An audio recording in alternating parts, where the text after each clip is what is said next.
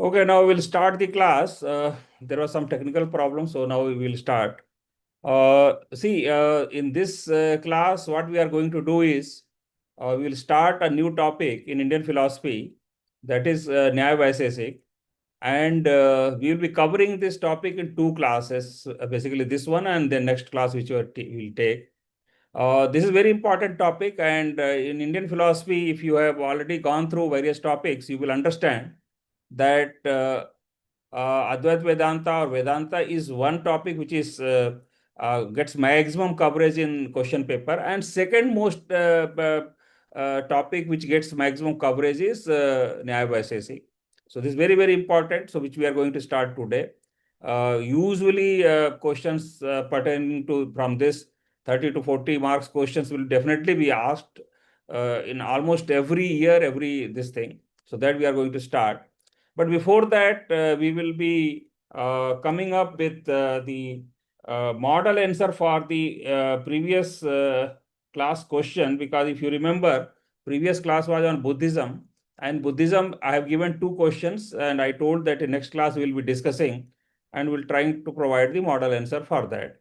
So first we will start with the model answers for those questions, and then we will go to Nyaya Vaisesika. Which I have already told we will be covering in two sessions, this one and next one. So now let us see what was the question which was given in last class, and what can be the model answer for that. The first question was regarding Pratyut Samutpad. So the question reads like, explain the concept of Pratyut Samutpad, that is dependent origination in Buddhism. How does it offer a middle path between Shaswatvad, that is eternalism, and Uchchedvad, that is annihilationism? So basically, if you see, this question has two parts. And I keep on telling we have to first dissect or analyze the questions very, very carefully, and then accordingly we can write the answer. So since this is two-part question, so we have to have clearly two parts, because first we will be explaining the concept of Pratyut Samutpada, and then we will go with how it offers a middle path. And accordingly, we have to also critically evaluate, because critical evaluation is also very, very important content in, because here it is explain. So explain means you have to not only explain the topic or the idea or the theory, but also you have to critically evaluate that. So that also we'll be doing. So now let us see the question, and as I told earlier also, what questions I am discussing here is basically 20 marks question. So about 300 to 350 words question we are discussing.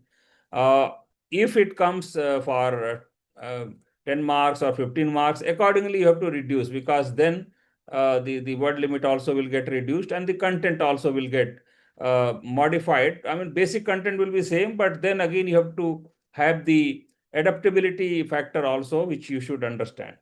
So now let us see what can be the model answer. In first, I mean, basically introduction, we will start with introduction. I have given heading, but heading giving, I mean, is not very necessary for if number of words, for example, 10 marks question, you may not give the heading. 15 marks also, sometimes it's required, sometimes it may not be required.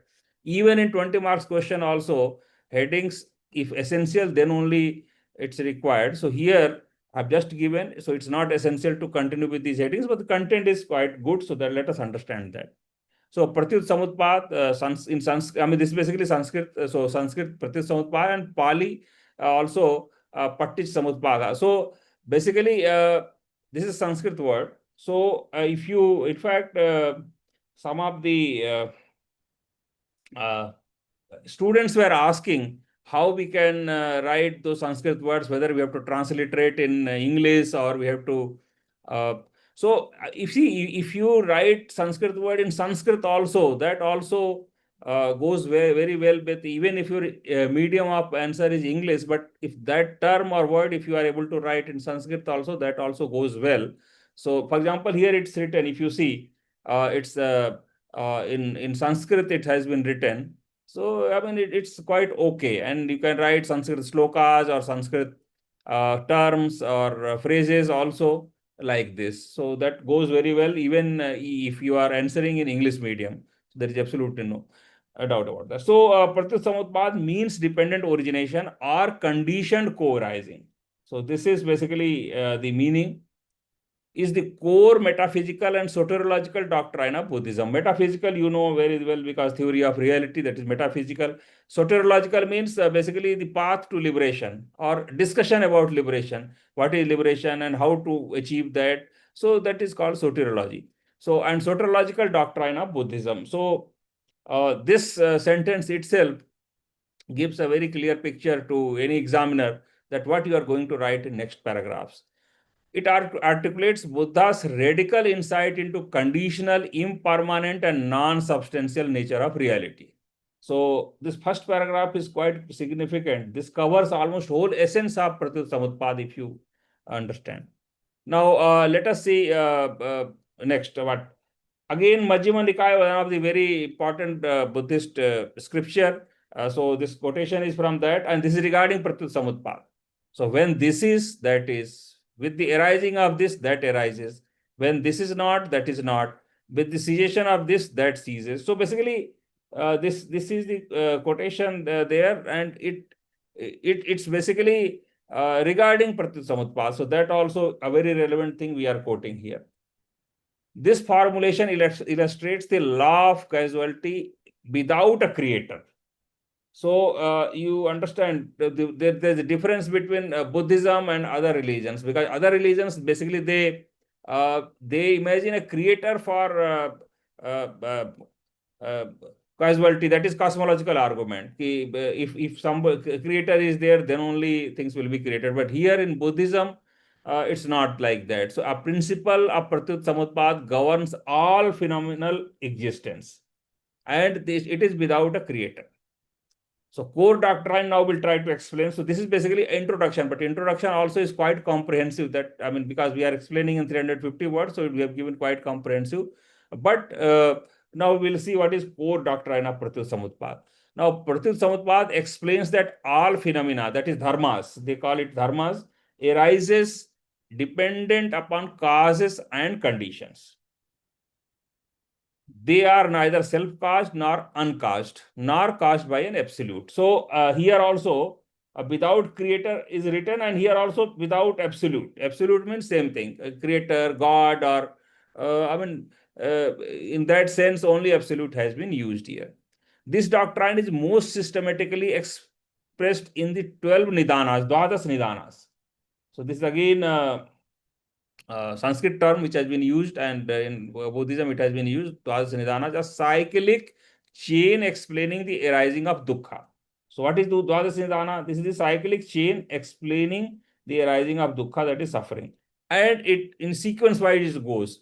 So it starts with avidya, then samsara, then vijnana, then nam rupa, sadayatana, sparsha, vedana, trishna, upadan, and bhava, jati, Jaramaran. So these are 12 basically causal links in a chain, in a circle, if you can say. So this causal cycle underlies the samsaric existence.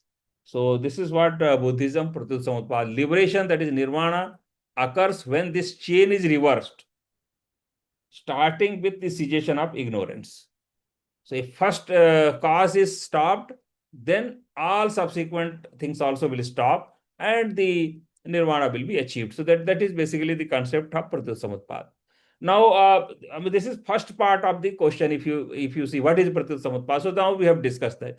Now we'll go to second part of the question, because how it is middle path between Sasvatvad and Uchchedvad. So that is basically the second part of the question. So now we are going to answer that.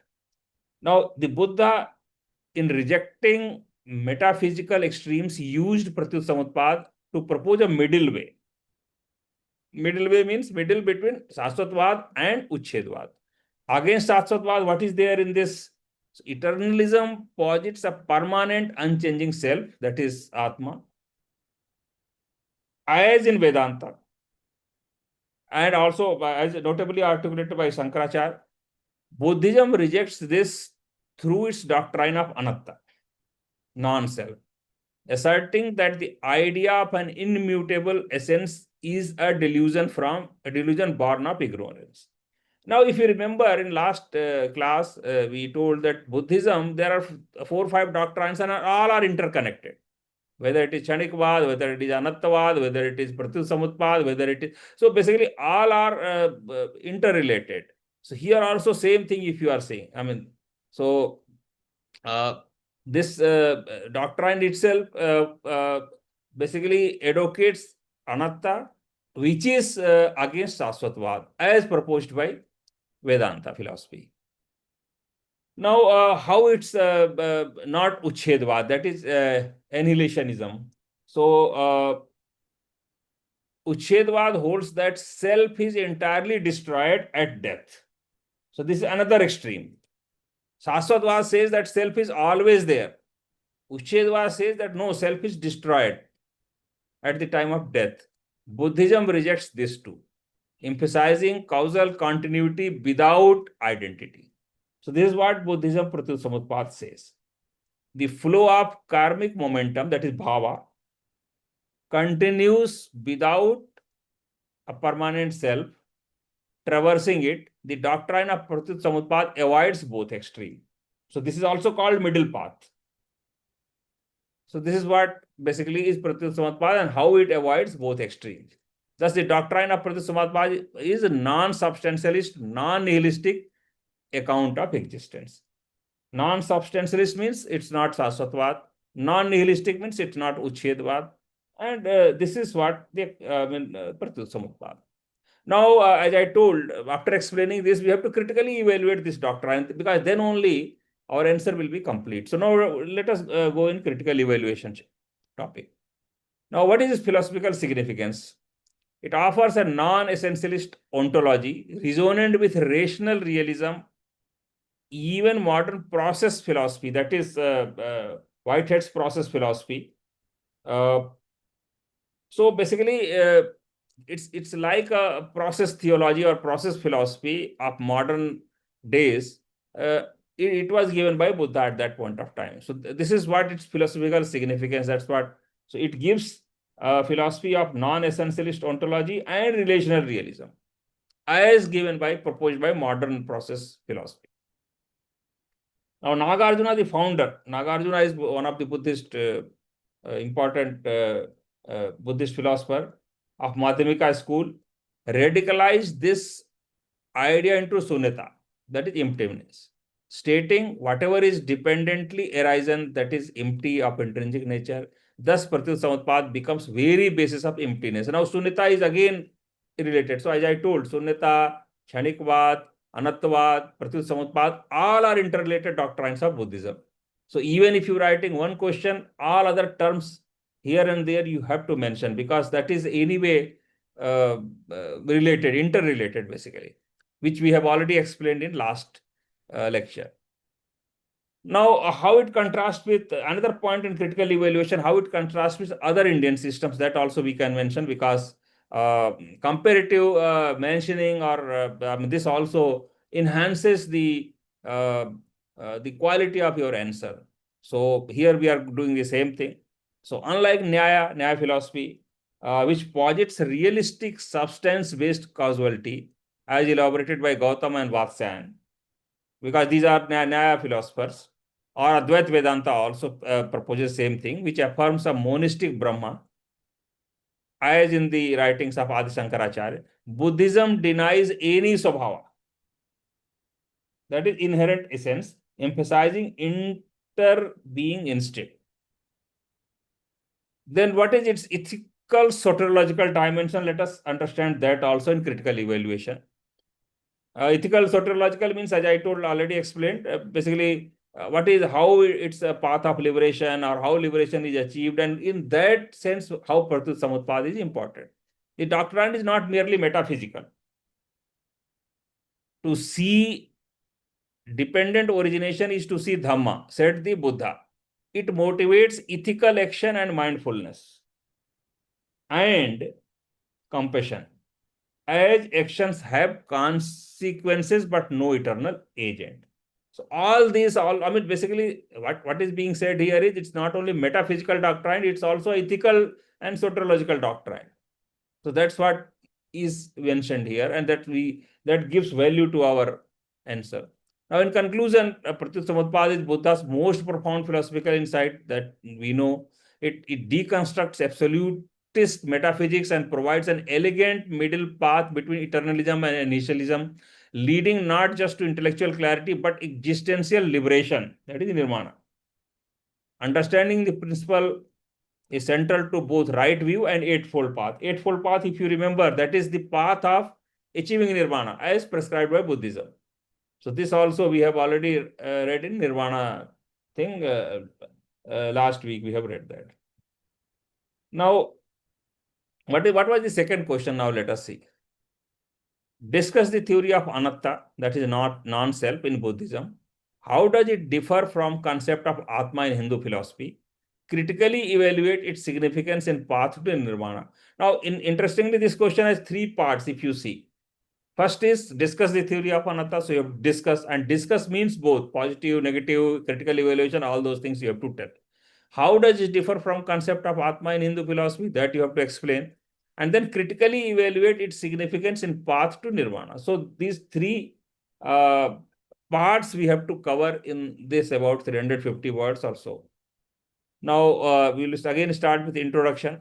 The doctrine of anatta or anatman. Anatman is again Sanskrit word has been used. Anatta is Pali word basically, which is I mean, language used for Buddhist literatures.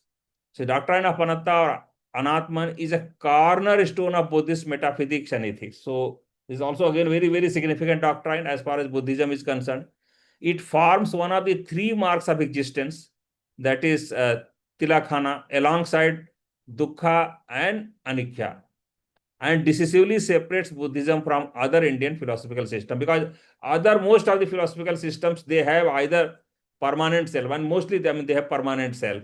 So here anatta is non-self basically. So it differs with other Indian traditions. So again, Dhammapada, we are quoting another Buddha literature, Buddhist literature. All conditioned things are impermanent. All conditioned things are dukkha. All dhammas are without a self. So this is again regarding anattavad. They have said in Dhammapada. So that has been quoted. So I mean, basically quoting a relevant reference along with the quotation is very, very significant. And if we can do that, that will definitely improve the value of your answer. Now, what is doctrine of anatta? Let us, because first part of the question is after introduction, we have to deal with first part. What is doctrine of anatta? Buddhism denies the existence of a permanent, unchanging soul or essence in sentient beings. So this is doctrine of anatta. That there is no permanent, unchanging soul or essence in sentient beings. Instead, what we call as person is a conglomeration of five important aggregates, that is Panchaskandhas. So Buddhists call it Panchaskandhas. What are Panchaskandhas? Rupa, Vedana, Samagya, Sanskara. So this is Panchaskandhas. Each is transient, that is Chanik, causally conditions, that is Pratyut Samutpann, and divide of selfhood. There is no enduring substance uniting them. So this is what basically is anattavad or anatta, or non-self, doctrine of non-self. Now, how it contrasts with Hindu's concept of Atma? Because second part of the question, if you see, how does it differ from concept of Atma in Hindu philosophy? So now we have to deal with second part of the question. So contrast with Hindu concept of Atma, that is Advaita Vedanta. First, we will deal with Advaita Vedanta Sanskara. Now, Sankara proclaims that Atma is an eternal, unchanging, and identical with Brahma. So this is what Sankara's philosophy. Brahma, which is absolute reality, and Atma is one and same, basically. That's what he says. Liberation comes through Atmagyan, that is realizing that one's true nature as Satchit Anand. So basically, once Atma realizes true nature of being Brahma, the liberation comes. That's what Sankara philosophy is. Shankara critiques the Buddhist view as nihilistic, accusing it of undermining metaphysical grounding for ethics and liberation. So Sankara calls it a nihilistic philosophy. Now we'll compare with Nyaya Vaisesika. Now Nyaya Vaisesika is promoted by Gautama and Udayana. They are the main key thinkers in that stream of philosophy. Now they also posit the self as a permanent substratum of consciousness and knowledge. So here also it's permanent, capable of experiencing pleasure, pain, and memory. So that way it also differs from anatta.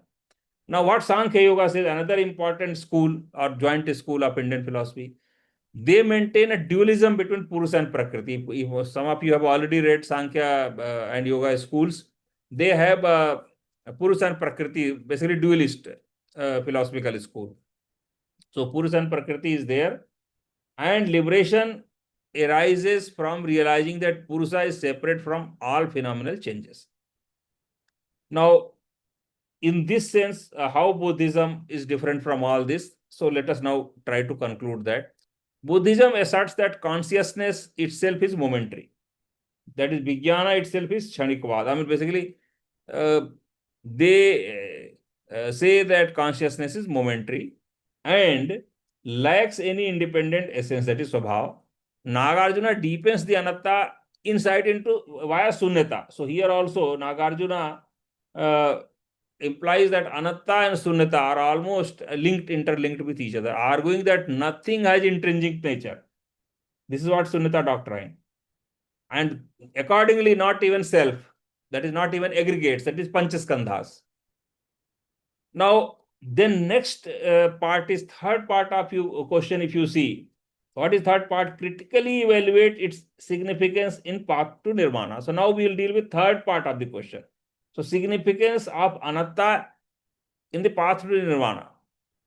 The belief in a permanent self leads to carving, that is Krishna, clinging, that is upadana, and ultimately dukkha. So this is what is Buddhist philosophy. Realizing anatta, that is realizing doctrine of non-self, helps dissolve ego attachment, reduces desire and aversion, and undermines this cycle of dependent origination. So this is how it is related to nirvana. This cognitive shift enables the cultivation of equanimity, compassion, and insight, that is vipassana, Buddhists call vipassana, leading to nirvana or cessation of suffering. So this is how doctrine of anatta has very, very important significance as far as nirvana is concerned. And then we are giving a quote again from, there is no self to preserve, protect, or promote. This is freedom. This is what Buddha Ghosha has said. Now, what is critical evaluation of this doctrine? So finally, because after explaining all this, we have to critically examine this whole thing. What are the strengths of this doctrine? Let us see. Revolutionary for its time. This very, very revolutionary doctrine, anatta, because it challenged Vedic orthodoxy. Because if you see, all other schools of Indian philosophy promote permanent self. This is the only doctrine which says that there is no permanent self. So it's revolutionary for its time because it challenged Vedic orthodoxy and ritualism. It anticipates modern theories in psychology and neuroscience, which also view the self as a construct. So this is again very, very important, and offers a process-based ontology, aligning with Whitehead's process philosophy. So in a way, it's a precursor, or it forces the modern philosophy also. So these two are very, very important. Now, what can be the criticism of this theory? These are the positive points. Now, what can be criticism? Critics like Sankara and Dayanand Saraswati argue that denial of self risks moral nihilism and ethical apathy. This is first point and very strong criticism, because it may lead to moral nihilism or ethical apathy. Anatta, however, does not deny personhood or personal, but then Buddhist philosophers have replied also up to this charge, and that is what reply is here, that anatta, however, does not deny personhood or moral responsibility. The karmic continuity is maintained via causal interdependence. So they say it's continuous also. If you remember, they gave the example of flame also. One flame lightens other flame and it continues. So it's like that. Buddhist ethics are grounded not in self, but in compassion and wisdom, that is karuna and pragya, arising from inside. Now, in conclusion, doctrine of anatta marks a radical philosophical and ethical innovation. This already we have told. It shifts focus from metaphysical speculation to experiential insight, dissolving the illusion of a fixed identity and enabling liberation from suffering. Far from nihilism, it envisions a compassionate, ego-less way of being rooted in interdependence and impermanence. So this is very, very important in that sense. So basically, it becomes an ethical doctrine or non-ego kind of doctrine. So this completes the model answer for this. Now, before starting the Nyaya Vaisesik, let us see, because I will just try to, what is the syllabus? Because I keep on telling, before taking up any topic, we should try to see what is the syllabus for that topic. So if you see here, Nyaya Vaisesik is topic number 15 in the syllabus, and it says Nyaya Vaisesik, theory of categories, theory of appearance, theory of pramana, self, liberation, God, proofs for existence of God, theory of causation, atomistic theory of creation. So all this, roughly 7 to 8 topics, subtopics if you can say, are there in Nyaya Vaisesik topic number 15 in paper 1.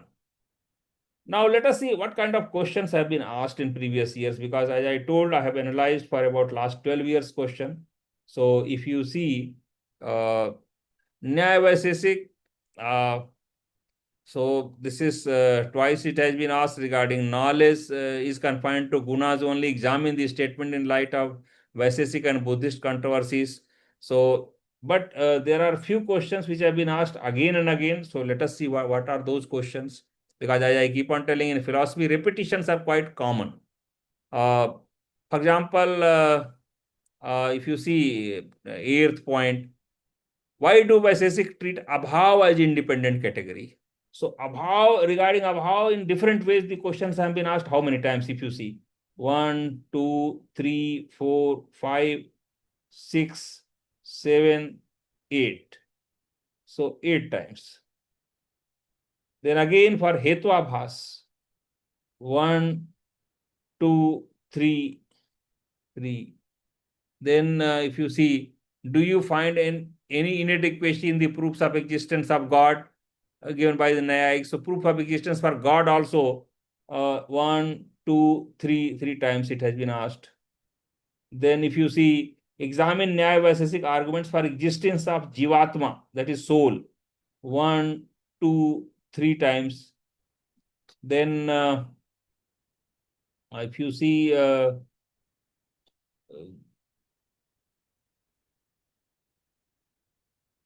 this explain fully Nyaya's Asat Karyavad. Asat Karyavad has also been 1, 2, 3, 4 times it has been asked. So basically, these are various questions which have been asked in various years. And after analyzing this and syllabus, I have identified some important topics which should be studied. So Nyaya Vaisesik, if you see, there are 1, 2, 3, 4, 5, 6, 7, 8 topics. So 8 topics I have identified for Nyaya Vaisesik school.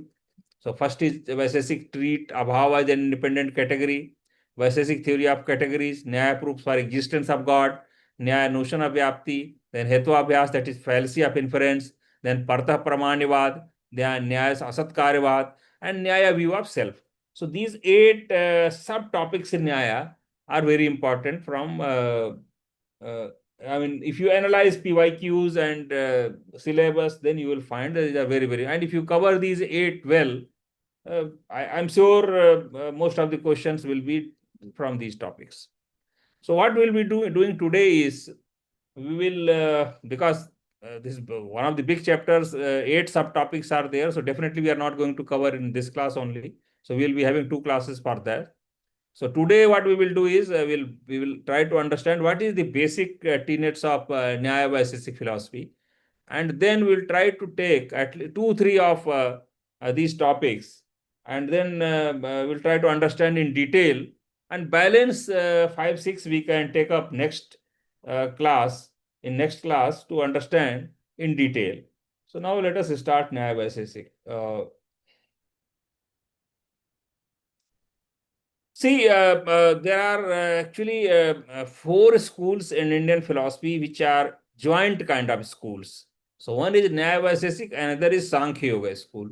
So here, if you see, I mean, first we have tried to explain why both are I mean, these schools are studied in a joint manner, because Nyaya school deals mostly with epistemology, and Vaisesika schools deals mostly with ontology or metaphysics.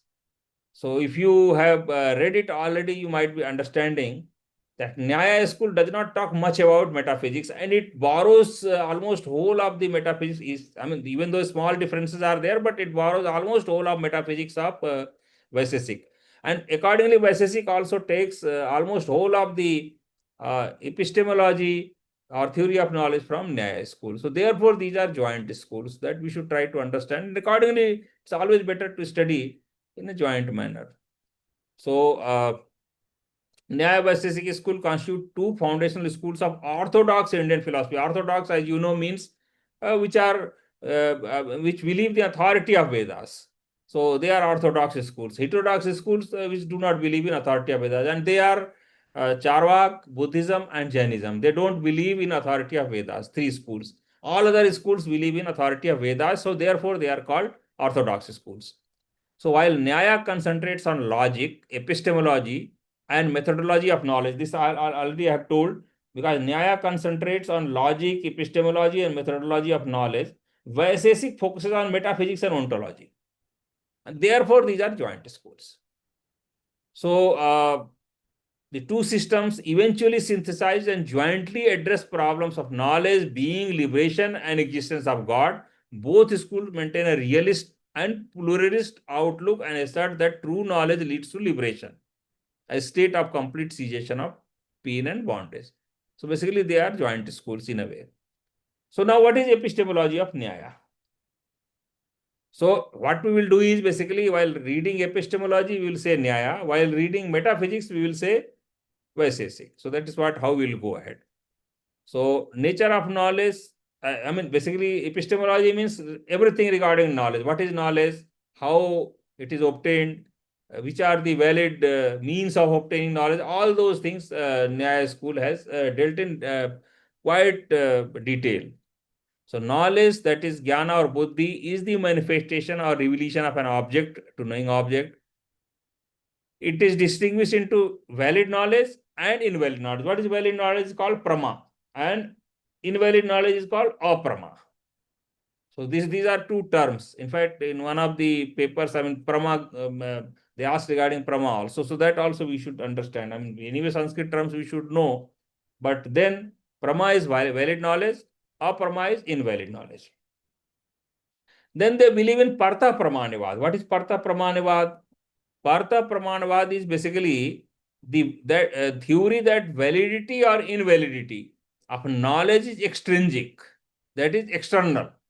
It is determined post-cognitively by its correspondence with reality and its practical utility. So this is what Partha Pramanavad, that validity of knowledge is external. It's not internally validated.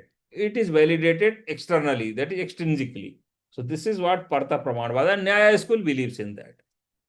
Now, how knowledge is classified basically in two parts. One is Anubhava, that is presentative cognition, and another is Smriti. So these are two classifications of knowledge which Nyaya school has done. Then there are four pramanas as far as Nyaya school is concerned. Pramanas means of valid knowledge.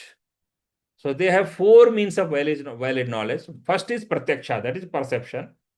Now perception also is divided into laukic and alaukic, that is ordinary and extraordinary. Extraordinary perception includes, again, it's subdivided in samanya lakshan, jnana lakshan. So again, and yoga. So basically there are three parts in extraordinary. That is samanya lakshan, that is perception of universals, Jnana Lakshan, that is perceptual knowledge, and Yogaj, that is intuitive perception of yogis. Then there is two stages of perception. One is Nirvikalp, another is Savikalp. So I'm explaining here in brief. As I told, the eight topics we will be taking up in very detail subsequently. So here just we will understand what is the basic tenets of Nyaya Vaisesika philosophy. So accordingly, it's written in brief. If you want to go further deep and detail, you can read various books are there. So you can anyway read that. But the topics which I have identified will be anyway will going in detail. Now, second pramana, the second source of knowledge, anumana, that is inference. So this is knowledge derived from vyapti. Vyapti is another term which is very, very important, and we'll be anyway discussing in detail subsequently. Basically, vyapti is invariable relationship between two cause and effect. So accordingly, the inference is inferred. So vyapti and observation, paksha-dharmata. Observation is called paksha-dharmata, vyapti is called invariable concomitance. And it is inference is five-membered syllogism. So it's the panchavyaya. So first is pratigya, then hetu, then udaharana, then upanaya, then nigamana. So these are five components of inference. And then again, there are two types. One is Swarthanuman, another is Pararthanuman. Swarthanuman means for oneself, Pararthanuman means for others.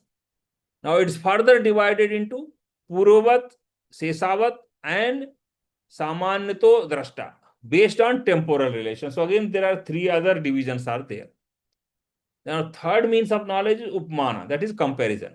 So you compare one with other. So knowledge of unknown object through similarity with a known one. So this is comparison or Upmana. Then fourth is Shabda, that is verbal testimony. Now, knowledge derived from reliable verbal communication. So this is very important because they believe in authority of Vedas, so particularly knowledge derived from Vedas or any other authoritative reliable verbal communication. Now it is again divided in two parts, Laukik and Vedic.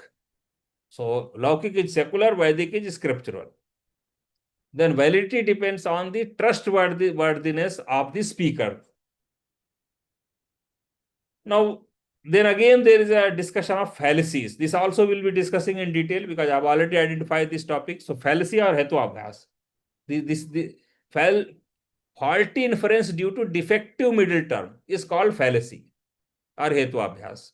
So these are our five main types. Asiddha, then anaikantika, viruddha, badhita, sat pratpaksha. So these are five types of fallacies are there. Then again, theory of vyapti refers to the universal, unconditional, and invariable relationship between hetu and sadhya, established by joint method of anvaya and vyatireka, along with elimination of upadhi. So this is in brief theory of vyapti given by Nyaya school. Now we'll go to ontology or metaphysics. Now, as I told, when we will discuss epistemology, we'll say Nyaya, and when we will discuss metaphysics or ontology, we'll call it Vaisesika. So now we'll discuss ontology of Vaisesika. Now they have given theory of categories or padartha. And Vaisesika recognizes 7 categories that constitute all reality. So this is Vaisesika. Now, what are the 7 categories? Dravya, Guna, Karma, Samanya, Vishesha, Samvaya, and Abhava. So these are the 7 categories. So I'm not going into detail. So because this again we will be dealing in detail, but this we should understand that there are 7 categories which has been categorized by Vaisesika. Now we'll try to very briefly see what is substance theory or Dravya theory of, because if you see, Dravya is first important category of Padartha. So we'll try to a few categories we will try to discuss. So substance or Dabya theory, substances are substrata of qualities and action. And then again they are divided into atomic and non-atomic. Now atomic constitutes earth, air, fire, water. Non-atomic, ether, time, space, soul and mind. Atoms are eternal, indivisible and capable of forming dyes and triads. So this is what substance as far as Nyaya is concerned. Now then Samvaya and Samyog. So this also we should try to understand. Samvaya is eternal and inseparable quality of a substance. Samyoga is temporary conjunction between two entities. So these two are similar words, so we should try to understand their meaning. So here just we have mentioned that. Now the next is theory of causation of Nyaya Vaisesika, and they call it Asat Karyavad. In Indian philosophy, there are basically two theories. One is Asat Karyavad, another is Sat Karyavad. Asat Karyavad is promoted by Nyaya Vaisesika, Sat Karyavad promoted by Mimamsa. So this is these are main schools which promote these kind of causation theories. Now, what is Asat Karyavad? Asat Karyavad says effect does not pre-exist in its material cause. So this is Asat Karyavad. It emphasizes fresh origination, that is Arambhavad. So this is again important term. So all these terms are very important, which we should understand and also use in our answers. So effect does not pre-exist in material cause, and it emphasizes fresh origination, that is Arambhavad. Now, Asat Karyavad recognizes three causes. What are three causes? Samvayi, Asamvayi, and Nimit. So these are three causes, that inherent material cause, non-inherent cause, or efficient cause. Now, next topic or subtopic in Nyaya Vaisesika is atomism, that is Parmanuvad. Now, what is that? Let us start. Atoms, as I told, atom, if you see, atoms are one of the substances, atomic. So regarding that only here further discussion we are doing. So atoms are the ultimate physical reality, qualitatively distinct and combined to form dyads, triads and gross objects. Motion initiated by God's will through Adrishta. So this is what regarding atomic theory they are saying, Nyaya Vaisesika. Now, what is concept of soul or jiva? This also we will be discussing in detail because already I identified this topic, but here let us understand in very brief. Now, for Nyaya Vaisesika, self or jiva is eternal, all-pervading, immaterial and partless. So this is the definition of jiva or self. And if you contrast with Buddhism, I mean, just now we have seen the Buddhism is anatta, no self doctrine, non-self doctrine. And here you are seeing eternal, all-pervading, immaterial and partless. Consciousness is not essential, but arises through connection with mind and senses. Self is the agent, that is karta, enjoyer, that is bhokta, and knower, that is jnata. Plurality of selves explained through non-overlapping experiences. This is the concept of self in brief explained here. Now, what is liberation? As per as Nyaya Vaisesika, liberation of apavarga, defined as total cessation of all pain, pleasure, cognition and effort. So this is the definition of liberation as far as Nyaya Vaisesika is concerned. A purely negative state of self's natural condition, devoid of all attributes, attained through tattva jnana, that is knowledge of truth, involving sravana, manana and nidhyasana. So these three are the steps to obtain knowledge: Sravan, Manan and Nidhyasana. Then what are the proofs of God? This is again very important question. We will be discussing in detail subsequently, but here in brief, let us try to understand. Now, as far as Nyaya, God is omnipotent, omniscient, eternal, and moral governor. So this is the definition of God which they have given. And Udayan, one of the Nyaya philosophers, gives 9 proofs for God. And these are 9 proofs, if you see. Karyat, Ayojnat, Dhritti, Shabda, Padarthat, Pratyayat, Shrutes, Vakyat, Samakhya, Visesat.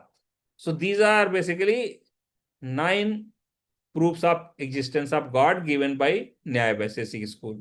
And here God is the efficient cause, but not the material cause, unlike Vedanta. Because Vedanta says that God is efficient cause as well as material cause. But here, he is efficient cause, but not a material cause. Because for Nyaya Vaisesika, material is separately existing. And God only uses those material to create. So he is creator, but then he is a creator in a different way. He is not created like Vedanta or even Abrahamic religions like Christianity or Judaism or even Islam also. So that way, God is different. Conception of God for Nyaya Vaisesika is different. Now, what is the critical evaluation? Let us see the critical evaluation of Nyaya Vaisesika philosophy in brief, because in detail we will be taking up later on. But here till now we have discussed important tenets of Nyaya Vaisesika philosophy. Now, what are main critical points or critical criticisms or even importance or positive things also? Let us try to understand. Now, first point is epistemological limitations. Now, what are they? Partha Praman undermines intuitive self-knowledge, because if you remember, they believe in Partha Pramanavad. That is, validity of knowledge is extrinsic, basically. So it undermines intuitive self-knowledge. So this is first criticism. It overlap of correspondence and pragmatism leads to epistemic ambiguity. So this is again second criticism as far as epistemology is concerned. Now, in ontology, that is Vaisesika, which they have various 7 categories they have advocated. So categories like guna and karma are dependent on dravya, undermining their independence. So the critics have said that guna and karma may not be independent categories as advocated by Vaisesika. This one. Then samvaya leads to infinite regress and logical inconsistency. This is another criticism. Then abhava as a real entity is disputed by Buddhists and Vedantists, because Vaisesika says abhava is also an independent category, which is not agreed by other schools of Indian philosophy.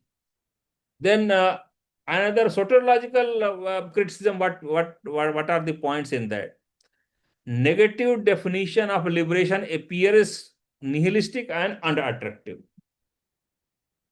because they say that it's cessation of everything. I mean, self will be there, but then neither pain nor pleasure, nor happiness, nor I mean, all kinds of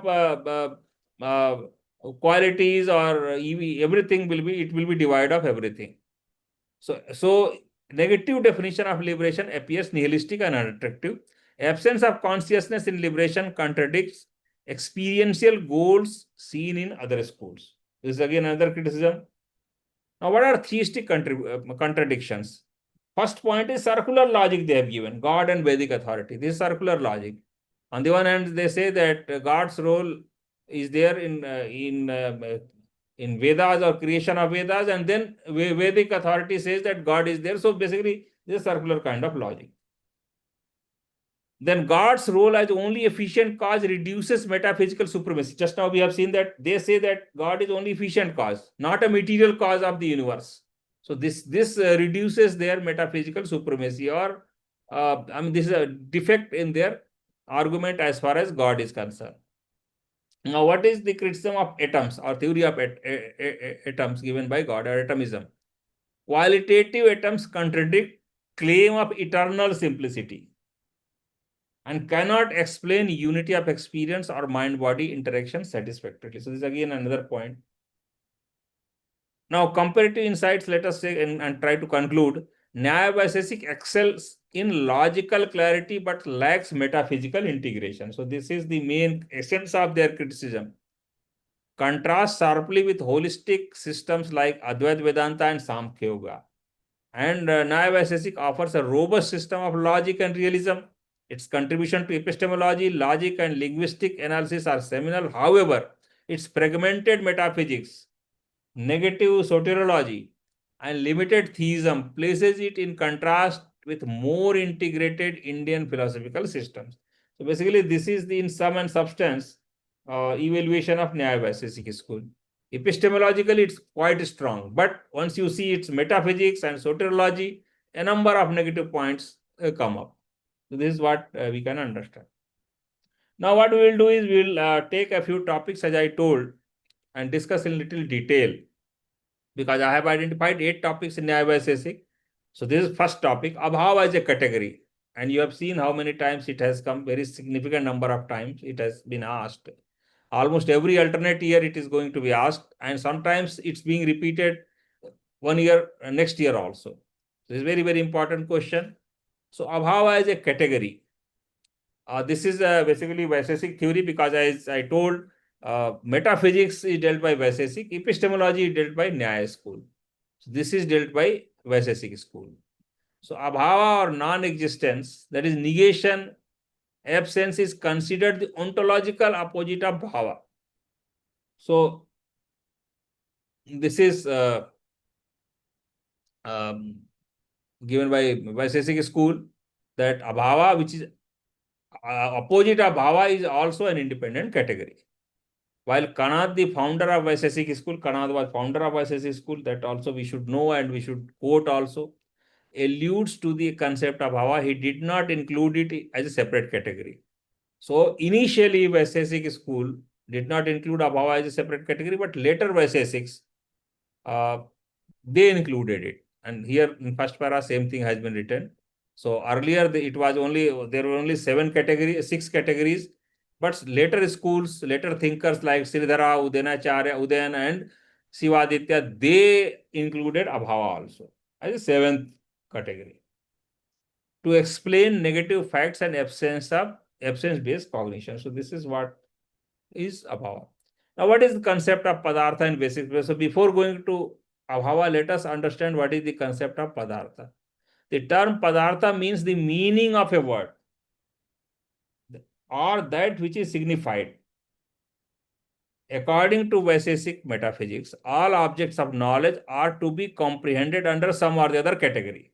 So this is what is the definition of padartha. So all objects of knowledge are to be comprehended under some category. Kanad in Vaisesika Sutra, Kanad is founder of Vaisesika school, as we have already told, and his book is Vaisesika Sutra. Originally recognized 6 padarthas, already it has been told. So these are 6 padarthas recognized by Kanad. Later schools, particularly Sridhara, in his Nyaya Kandali, and Udayan in Lakshanavali and Kiranvali, and Sivaditya in Sapt Padarthi. So basically these are the books and these are the thinkers of that school, added abhava as a 7th padarth. Now, and what justification they gave for adding it as a 7th padartha? They said that abhava satisfies the threefold test of a padartha. So what is threefold test of a padartha? It can be conceived, that is gaya, named, that is avidheya, and defined, that is lakshanya. So these are the three characteristics of a padartha, and they say that abhava satisfies all this threefold test.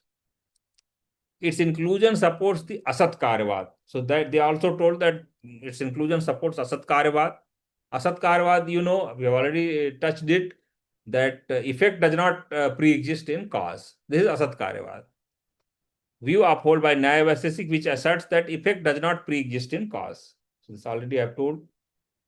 Udayan, while defending abhava, argues that negation is experienced and must therefore be real. So this is what he says. Now, what are types of abhava? Let us understand that also. First is anyonya bhava, that is mutual negation. That is defines that one thing is not another. That is, a pot is not a cloth. So this is one. Considered both beginningless and endless, affirmed by Sridhara. Then second is samsarga bhava, that is relational absence. So one is, first is mutual negation, second is relational absence. What is that? This also has been divided again in 3 subtypes, relational absence also.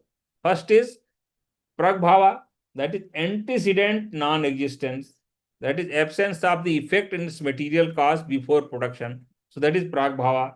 Then second is pradma sambhava, that is subsequent non-existence, non-existence after destruction. So this is again Examples are also given. For example, first, absence of pot in a clay before pot making. Second is pot ceases to exist after being broken. And third is atyanta bhava. That is absolute non-existence, which means absence of sky flower or horns of a hare. So this is called atyanta bhava. So these are basically various types of category of abhava as enunciated by Vaisesika school. Now, what is epistemology of abhava? Let us try to understand that in different schools also how it has been explained. So first is Nyaya school itself, we will see. So Nyaya school says that means of cognition of abhava is perception. And thinkers are Vatsyayan and Udyotkara. Then Vaisesik, they say that means of cognition of abhava is inference. And then key thinkers are Jayant Bhatt, Sridhara, Udayan. Mimamsa school, what they say, apprehension or anuplabdhi is the means of cognition of abhava. And this is promoted by Kumaril Bhatt. Advait Vedanta, again they say anuplabdhi. And it is promoted by Sankara and Sureswara. Buddhism denies abhava as real and accepts as a mental construct. So this is what Buddhism says.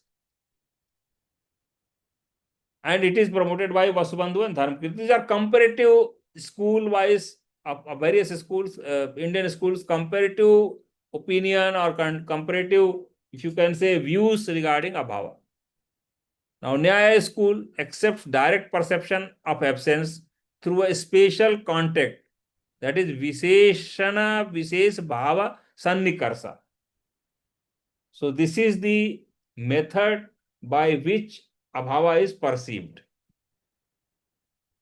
Now this has been elaborated by Jayant Bhatt in Nyaya Manjari.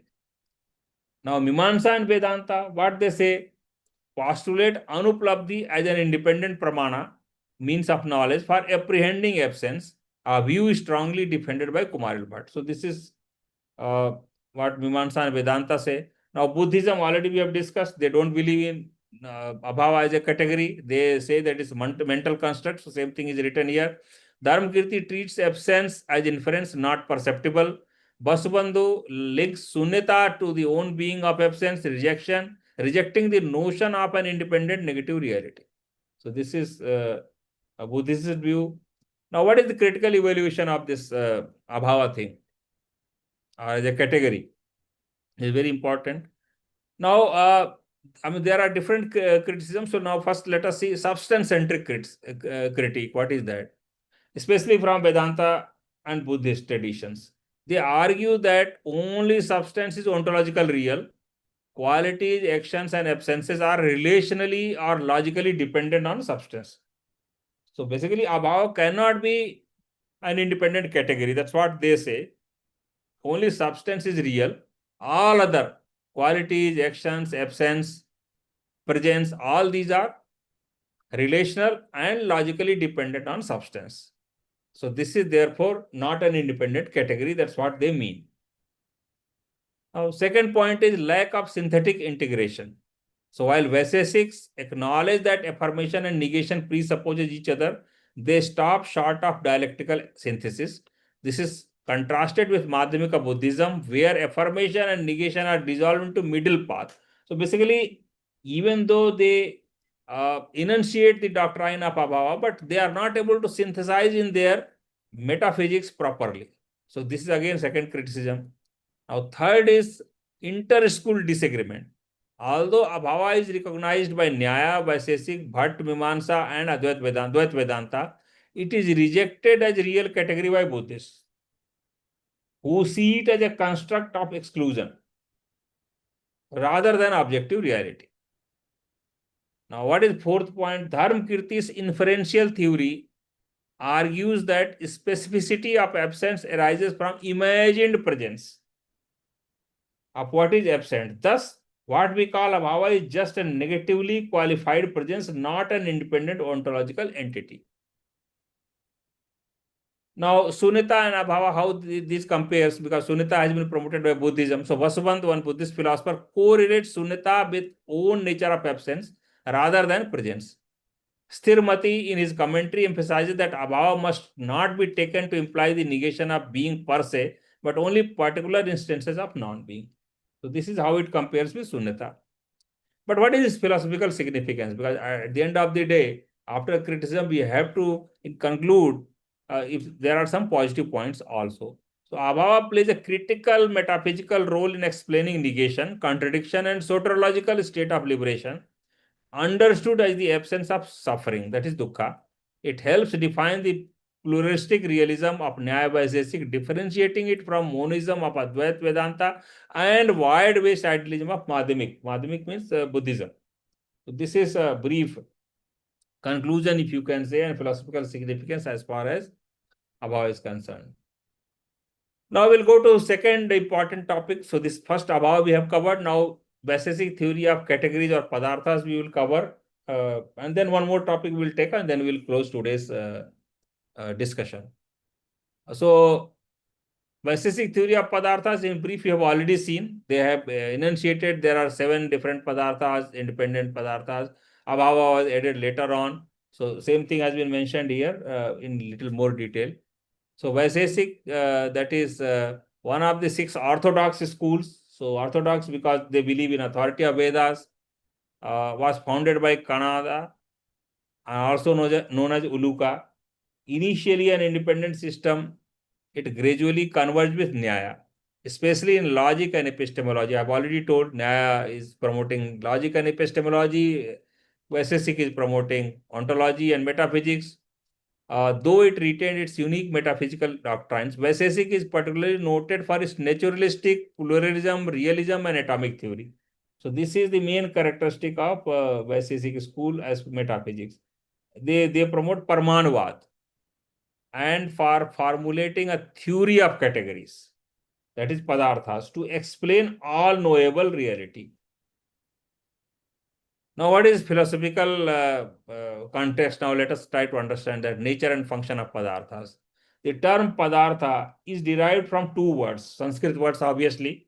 One is pad, and then other is arth. Pad means word, arth means meaning. So, which means the object signifying a word. This is literal meaning of this. Now, Vaisesika posits that everything which can be cognized, that is gay, named, that is avidheya, and defined, that is lakshaniya, must fall under one of the 7 categories. So these are 3 qualities of a padartha. So if any thing this 3-level test confirms, then it should be one of the categories or fall in one of the categories. So Vaisesika metaphysics is therefore ontological, classifying all reality into fundamental reals, that is padarthas, which are regarded as the ultimate constituents of universe and the means to liberation. Now, what are the 7 padarthas? We'll try to understand little in detail, because this is the question of regarding padartha only. So we'll try to go a little deep in this. So there are 2 categories, because basically there are 7 padarthas, but there are 2 categories. First is 2 main categories. First is bhava, that is being, and it has 6 positive categories. And then second is abhava, that is non-being. So first we will see bhava. Bhava has 6 positive categories. First is dravya, that is substance. Substratum, in which qualities and actions inhere. And this is again 9 types. 5 physical elements, that is Panchabhutas, Prithvi, water, fire, air, ether. 4 non-physical, time, space, self, and mind. So these are 9 types of, if you can say, dravya or substance, as far as Vaisesika is concerned. Now, guna, second of bhava, or second category is guna, that is quality, which cannot exist independently. It inheres in the substance, which are of 9 types. Now, first they advocated 17 original qualities, but then another thinker, Prasastpad, added 7 more. So now it's totaling 24. Now, what is these 24 qualities? First is sensible, which can be known through senses, that is color, taste, smell, touch, and sound. Then there are psychological, that is pleasure, pain, desire, aversion, knowledge, and effort. Then there are another category, physical and metaphysical, that is number, magnitude, conjunction, disjunction, weight, fluidity, viscosity, merit, demerit, faculty. So these are the different qualities, kinds of qualities. Now, third category of padartha is karma, that is activity. It refers to motion or action, inhering in substance, but unlike guna, it's transient. So five kinds are, these also five kinds. First, upward movement, downward movement, contraction, expansion, locomotion. And then Akash, Kal, Dik, and Atma are considered inactive. So basically, in between, if you see Sanskrit terms are also written, so that also, if you can remember, that will be very good. And if you can quote, that will be good. So this is karma. Another category is samanya, that is generality. Now, it denotes common properties that allow classification. For example, partness in multiple part. Then another is Vishesa, that is particularity. It ensures individuation of ultimate atoms and selves. Then another category is Samvaya, that is inherence, a unique, eternal, and inseparable relation between entities that cannot exist independently. For example, quality and substance, cause and effect, whole and part. They cannot exist independently. So these six are bhava, that is first category or first major kind of category. Now second, B is abhava. Abhava is non-being. This was added later on, introduced by Sridhara, though Kanad did not formally recognize it. And then abhava is also of four types again. Prag bhava, Pradma Sambhava, then Atyant bhava, Ananya bhava. So this already we have read it also while discussing with abhava, so you know it. So, but this also needs to be mentioned here. Now, what is the epistemological basis and ontological status of these categories? Let us try to understand that. The first three categories, that is Dravya, Guna, and Karma, are considered real and perceptible. The remaining Samanya, Vishesh, Samvaya are intellect dependent.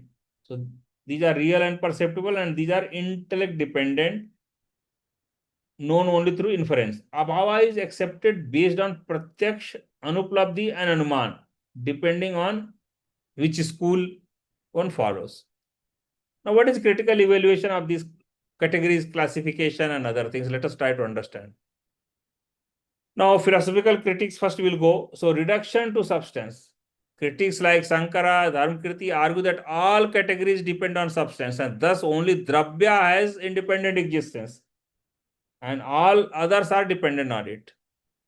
For example, Guna and Karma cannot exist without Dravya. Samanya, Vishesh, and Samvaya are conceptual constructs, not objective reals. Abhava is inherently relative to existence and thus cannot be absolute. So, except Dravya, they don't believe that all other are independent categories. Then lack of synthesis. What is lack of synthesis? That already, is a very discongruent kind of theory which they have promoted. So Vaisesika merely enumerates categories without integrating them into systematic metaphysical unity. So this is again very important criticism. And then problem of inherence, criticized by Sankara for logical paradoxes. If Samvaya is different from the terms it relates, infinite regress follows. So this is again a criticism by Sankaracharya. Now, what is comparative analysis with Western thought? Let's try to understand that also. Aristotle categorizes as logical classifications of predicates, 10 in number, including substance, quality, quantity, relation, place, time, etc. Kant, so Aristotle, Kant categories as a priori concepts imposed by the mind, which includes causality, unity, plurality, and it's part of his transcendental idealism. Then Hegel categorizes as dynamic stages in the dialectical unfolding of absolute spirit. So basically, Vaisesik categories as ontological realities, not merely logical forms or mental constructs. So this is a difference between, or if you see comparison between the Western thinkers and Vaisesik school. So Vaisesik includes space, time under Dravya, relation under Guna, and have no separate category of for quantity or passivity. Now, what is philosophical significance of Vaisesik school or this Padartha theory of Vaisesik? Vaisesik categories attempt a comprehensive classification. Obviously, they do of reality that integrates metaphysics with epistemology. Their realism underpins pluralistic ontology and supports the Asat Karyavad doctrine of causation. Yet, the system fails to synthesize these categories into a unified vision of reality, leading many critics to argue that Vaisesik pluralism ultimately reduces to unstructured dualism. So this is a very, very serious criticism as far as Vaisesik school is concerned. Now I will go to third topic, which is again very important topic, Nyaya proofs for existence of God. So this also we will try to finish today, and then we will take up other important subtopics of Nyaya Vaisesik in next class. Now let us try to introduce this, what proofs they have given and how they have progressed. So Nyaya, one of the 6 orthodox schools, because we are continuously telling that orthodox, heterodox, you know it. Astic, orthodox means Astic also, who believe in authority of Vedas. Schools of Indian philosophy was founded by Gautam, the author of Nyaya Sutra. Nyaya is primarily known for epistemology and logic, a comprehensive theory of epistemology and its application of logical reasoning to metaphysical and theological questions. All this we know already. The school accepts 4 valid means of knowledge. So this also we have already seen that in briefs, that Pratyaksha, Anuman, Upman and Shabda. These are 4 valid means of knowledge which Nyaya schools adheres to. Though early Nyaya appears relatively non-theistic, so early Nyayas were actually non-theistic. Later Nyayics like Udayan, Vatsyayan, Udotkara and Jayant Bhatt provided systematic arguments for existence of God. So this is basically they turn from non-theistic to theistic. It's important. So theistic turn in Nyaya Vaisesik, then they started telling that God is an omniscient, omnipotent, and benevolent being. The efficient cause, we have already seen this also earlier. God is efficient cause, but not a material cause. So here he is omniscient, omnipotent, omnibenevolent being, and he is also an efficient cause. That is nimitta karana of the word. A moral governor, that is karma phal data and dispenser of justice. So this is also God. However, God does not create the word ex nihilo. So this is very, very important difference. Please understand that he does not create the word ex nihilo, that is out of nothing, but reorganizes eternal atoms. So as Vaisesik says that padarthas are there, atoms are there. So God basically reorganizes eternal atoms, space, time, mind, and selves, all of which are co-eternal with him. This is a key distinction from Abrahamic theism. So this is again very, very important. Abrahamic theism means Christianity, Judaism, Islam, etc. are called Abrahamic religions. So this is a difference between them. Now Udayan has given 9 proofs for existence of God. This in brief we have already seen in earlier pages when we have read that. So in Nyaya Kusumanjali, it is a book of Udayan. He gives 9 Nava Nyaya Pramanas. Nava Nyaya Pramanas for existence of God. So first is Karyat, from the effect.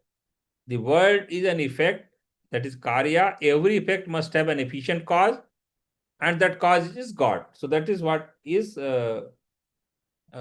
meaning of Karyat. Then Ayojanat, from combination. Atoms are inactive and unconscious. They cannot combine on their own. Therefore, an intelligent initiator is required. Then third is Dhritadeh. That is from support and regulation. The preservation and dissolution of the world cannot be explained merely by adrashta. Some intelligent principle must guide. So therefore God is there. Then padat, from words and meaning. Word signified meanings. The convention between word and meaning must have been established by a conscious author, and that is God. Then pratyayat, from faith or cognition. Vedas are infallible, yet human authors are fallible. Hence, for infallible Vedas must have been authored by God. So this is again another logic given by Nyaya school. Then Srute, from scriptures. The Vedas testify to God's existence since they are reliable, therefore God is there. Then seventh is Vakyat, from moral injunction. The prospective nature of Vedas do this, avoid that implies a divine lawgiver. Then eighth is Sankhya Vishesat, from the uniqueness of numerical cognition. The ability to conceive of numbers beyond one presupposes a source of consciousness, and that is God. Then ninth is Adrashta, from unseen moral order. While Adrashta explains karmic effects, it lacks intelligence. An intelligent observer Iswara is needed to implement karmic law impartially. So these are 9 proofs given by Nyaya schools in support of God's existence. Now, what are the various objections? Because these proofs have been criticized very, very severely. So now let us try to understand that. First objection, circular reasoning in Vedic argument.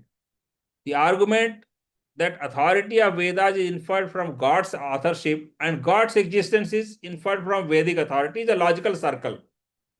So therefore it has been criticized. Now Nyayas have given response to this also, that there is no fallacy if one distinguishes the order of existence from the order of knowledge.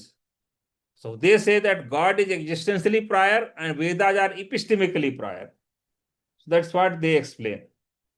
Now, second objection to the Nyaya proofs are God needs a body to create. So this is second objection. So like a potter needs hands to shape clay, God must have a body. Now again, Nyayas have given a response to this, that will, knowledge and effort are sufficient for action. God's will is non-bodily and still causally effective, just as mental causation. So again, this explanation they have given. Now third objection is creation implies a need or desire. So creation implies a purpose, but a perfect God lacks desire. So how it is possible? Again, Nyayas have given a response. God's creation is not for personal gain, but to dispense karmic justice and to enable souls to realize moksha. So creation arises out of God's nature as a moral governor. So this is what Nyaya's response. Now, what are various inter-school critics? Now, let us try to understand that also. So Vedanta, how they have criticized. Shankaracharya of Advait, pure logic cannot establish metaphysical truths like God. So this is what, and if you remember, Kant also says like the same thing, that phenomena and noumena are different, and God belongs to realm of noumena. So it cannot be phenomenal things cannot prove existence of God. So Shankaracharya also telling the same thing, that pure logic cannot establish metaphysical truths like God. God is Nirgun Brahma, not a personal creator. Ramanujacharya, what he says, or Madhvacharya of Dvait Vedanta, reject the idea of Adhishta as a blind force needing a guide. They posit a personal God. Personal God means the God of Abrahamic religions, if you remember. So there also it's personal God, and for Ramanuja and Madhava also it's a personal God. Now what is Buddhist criticism? Nagarjuna and Dharmakirti deny permanent creator self. Causal sequences suffice without invoking. Buddhist logic denies that God is required for linguistic meaning or karmic order. So for them, God is not required for Buddhism. Now, what is philosophical significance of these proofs of Nyaya? Nyaya's approach presents one of the earliest systematic Indian theistic cosmological arguments. So, if you see, most of the arguments of Nyaya school for proof of God belong to cosmological argument category.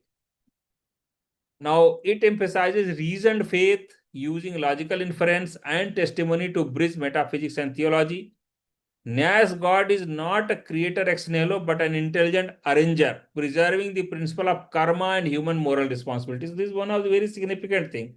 In Nyaya's God is basically he cannot, I mean, there will be personal free will for a human being. So this is important difference which Nyaya is trying to balance here. But still, uh, we have seen it's a number of criticisms or a lot of criticism is there as far as their arguments are concerned. Now this completes today's class because now we have already uh, uh,